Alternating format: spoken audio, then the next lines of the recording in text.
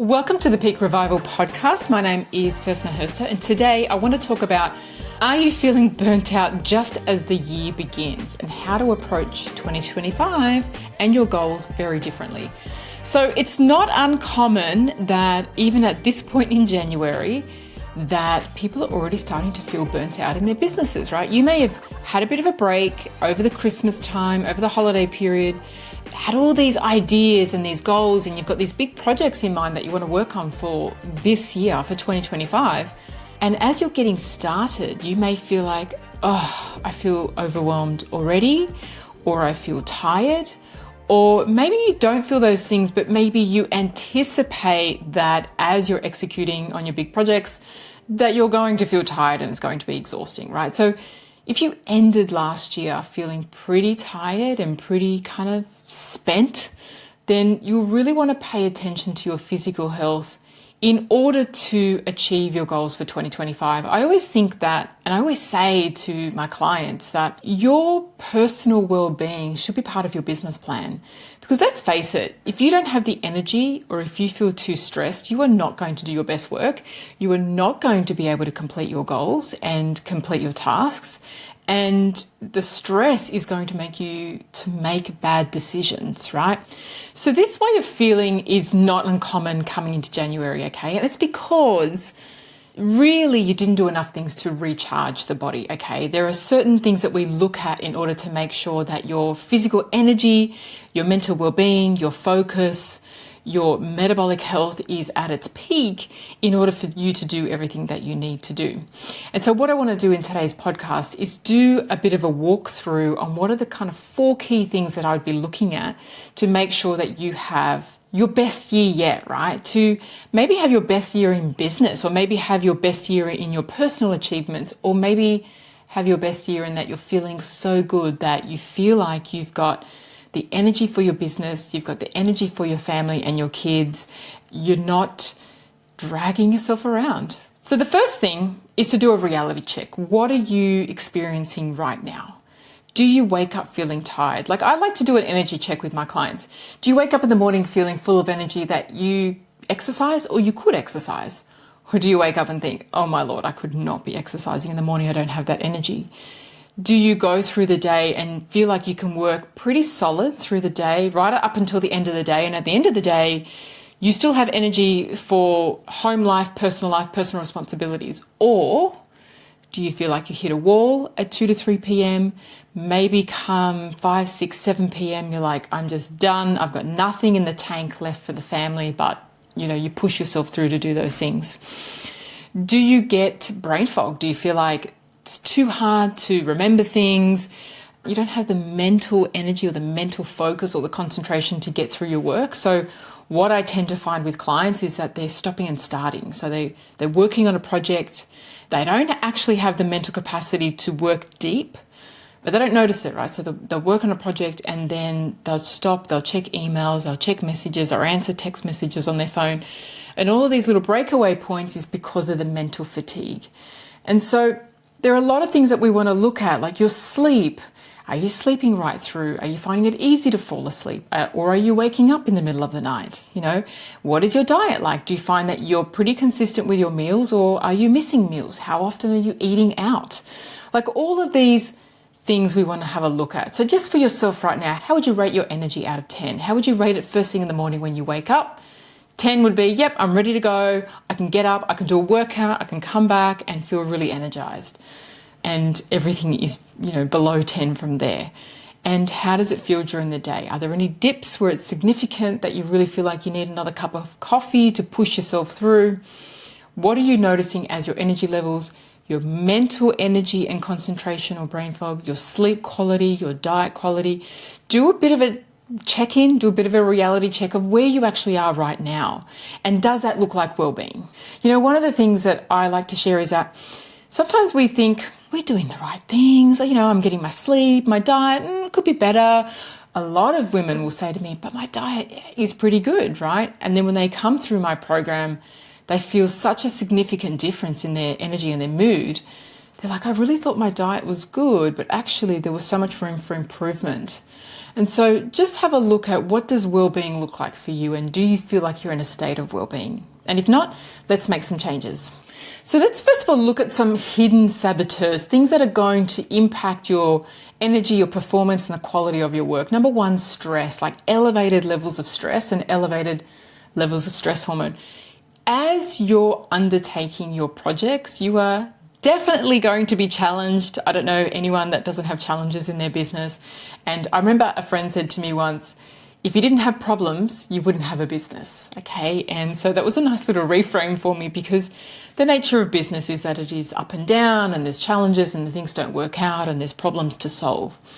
But it's how you respond to that. So your levels of stress and stress hormone, because stress and excessive amounts of stress and stress hormone is going to lead to poor decision making. It's going to lead to, we're not going to have great ideas, right?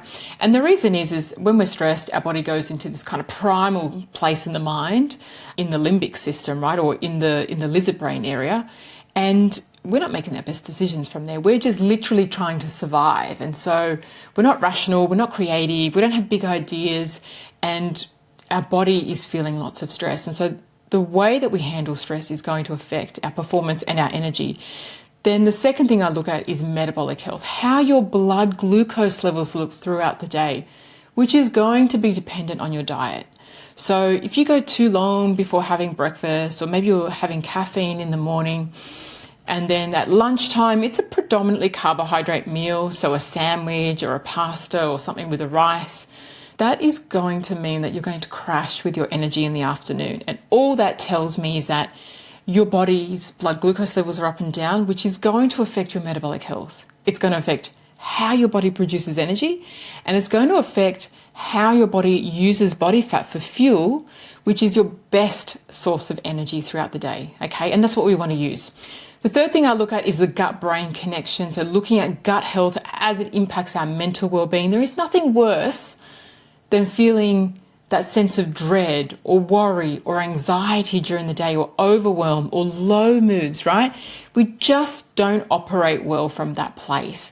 And there's a lot that we can do with our gut health, which influences how we get our mental performance. Okay, so we know with the gut-brain link that our gut health influences our mood, influences our mental energy, and how we cope with day-to-day stresses and with life. And the fourth thing that I look at is, quite often we think if I just push through, then I'll get my work done and everything will be okay, and then I can relax afterwards. And so I've worked with clients who have been in that place, and they find that over time their energy starts to drain. They get to like 2 o'clock and they crash, they can't do any more work. And so one of my clients, Sonia, that I worked with, she was very young, very successful, but she would get to 2, 3 p.m. and she would just hit a wall. She said she was very stressed, and then she just couldn't do any more work after 2, 3 p.m., right? So you can imagine that impacted her business. She couldn't do client work. She wouldn't take calls. And by reducing her stress hormones, repairing her gut, and improving her mental performance, she found by the end of it, not only was she able to work right through the day, she was excited about talking to customers, right? Not dreading it. And she doubled her business, okay, simply by taking care of her personal well-being. Okay, so now with all that said, we know that we want to improve the metabolic health. We want to make sure that you reduce stress hormones, support the gut and mental well-being aspect, and routines that will help to energize your day rather than drain you. So one of the quick wins is your morning routine. So I always talk about having breakfast within 20 minutes of waking. As women, as we're looking at improving performance, I will bring in fasting strategies and different more high-level advanced strategies for performance and energy and weight. But I will never tell women to not eat within 20 minutes of waking. Okay, so unless you're doing a full day fast, I will always tell women to eat within 20 minutes. The reason why this is different for men to women is because of our hormonal profile. We just do much better when we nourish the glucose levels and the cortisol levels in the morning. And then if you wanted to fast, you could have an early dinner and do your fasting that way, okay? But if you need to repair in order to get back to peak performance, I don't recommend fasting right now, okay? I recommend having your morning routine, so your breakfast within 20 minutes of waking, making sure that breakfast combines protein, carbohydrates, and healthy fats. That will keep your glucose levels and cortisol levels stable throughout the day. The next thing I would do is have regular meals. So eating every 3 to 4 hours. And you want to stick with the same kind of ratio, protein, carbs, and fats with each of your meals, because all of those combined will stabilize your glucose levels. Okay, so if we just have protein and fats, it's not as good, right? If we just have carbohydrates, we're just going to drop our blood glucose levels, right? So the carbohydrates play a key role, particularly when there's been high amounts of stress, because it helps to switch off the stress response. And so when women are going through this phase, and as we're doing this first part of the healing and getting back to peak performance, I'm really looking at nourishing all of the areas that are controlling our stress and energy response. And carbohydrates plays a really important part there. So if you've been trying to do the right thing, but you're actually cutting out carbohydrates and you feel stressed and kind of heading into burnout, that is not the right approach right now. That is definitely something that you can do later, but not right now. The third thing I would look at is reducing mental stress or mental load. It's quite often that we think that because of my workload, because of everything I've done today, that's why I'm tired. But that's not the reason, okay? Because you would notice there'll be some days when you do get so much work done, you've ticked off your list, and it's like, oh, wow, I've done so much work and I feel energized. And I know you would have had those days because everybody has those days, right? And then other days, you've got a lot on, you tick a lot off your to-do list and you're exhausted. So the difference there is not the workload, okay? Because our body is designed that the more work we do, the more energy we expend, right? The more activity we do, the more energy we create. And when you think about it, when we exercise, right, there's a process in the body called mitochondrial biogenesis. And all that means is that as we spend more energy, we increase our mitochondria, which is like the energy powerhouse in our cells. It's our cells' ability to create energy, and we have trillions of them. So the more energy we spend, the more mitochondria we produce, the more energy we create, right? And then the more activity we want to do because we have such high energy levels. And so it's not your workload that's draining you, it's the mental stress that's draining you, okay? So as we're more active, we're creating more energy. The only thing that's going to drain that is the mental stress.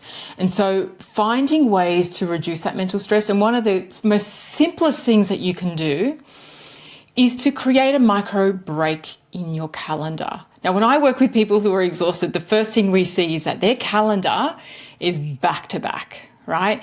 And that's all fine for later, okay? But if you're wanting to get back to this place of feeling really energized and really good and that you've got what it takes to complete your goals, then you want to do the repair work first, okay? And that means adding some micro breaks between meetings, between appointments, right? Because otherwise, going from one to the other is not allowing your mind to slow down, right? It's only picking up more speed as the day goes on. And then by the end of the day, because of that busy mind and that mental load, your body has just released stress hormones all day in this kind of like drip, drip, drip all day, that by the end of the day, you're exhausted, okay? Your body's been in a state of tension and stress all day. And that is what drains our energy systems. That is what prevents us from creating more mitochondria, okay? And so if you can create something as simple as that, more time in your calendar between meetings where you can just take a breath, not even do emails, just take a breather, get away from your computer, go grab a glass of water or a cup of tea, just 5 minutes, right? Will allow your brain to wind down and slow down and be more prepped for the next meeting.